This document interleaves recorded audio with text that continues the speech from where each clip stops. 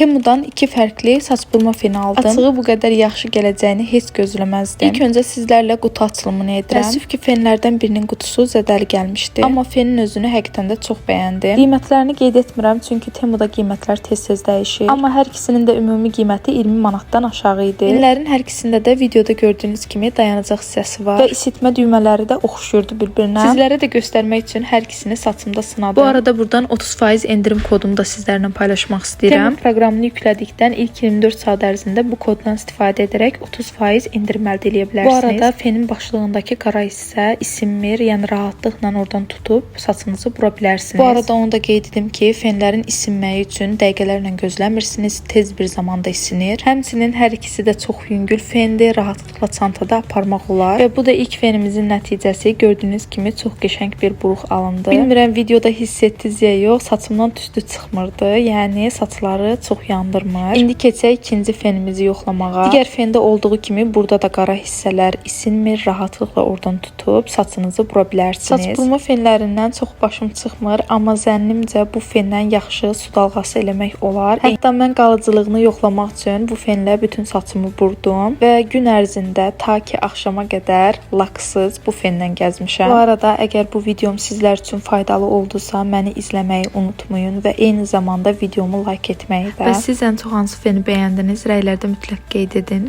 Baxın, bu da laksız gün ərzində qalıcılıqdır. Həmin fenin məncə çox qəşəng qalıbdır, həm də ki qəşəng görüntü verir.